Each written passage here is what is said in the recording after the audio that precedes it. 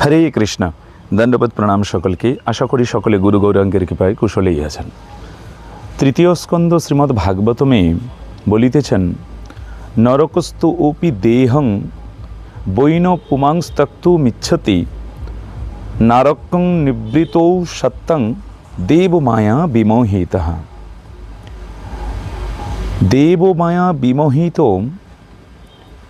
পুরুষ নারকীয় যোনি লাভ করিয়া নারকীয় আহার আদিতে সন্তুষ্টি হইয়া নরক জাতীয় শরীরকে ত্যাগ করিতে চাহে না।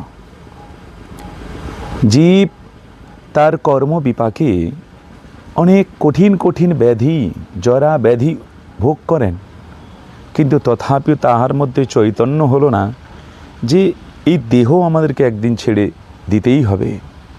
যেহেতু আমাদেরকে মৃত্যু আমার জীবনের ধ্রুব সত্য, তথাপি তার সেই জীবের চৈতন্য উদয় হয় না যে আমাকে সংসার থেকে একদিন ছেড়ে চলে যেতে হবে। তাহলে আমাদের কর্তব্য কি? এই শরীরের দ্বারা কি করা প্রয়োজন?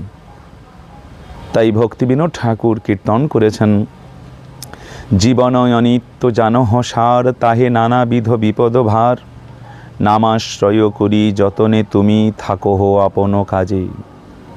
হে জীব, এই জীবনটা অনিত্য, এই জীবনে অনেক বাধা বিপত্তি আসিবে, তথাপিও হরিভজন করা আমাদেরকে ছাড়া চলবে না।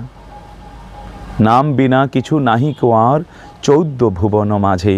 এই 14 ভুবনে হরিনাম ব্যতীত আর জীবের কোনো উদ্ধারের পন্থা নাই।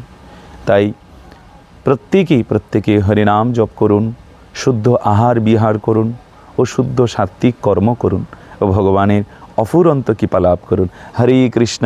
জয় নিতাই, জয় গৌ।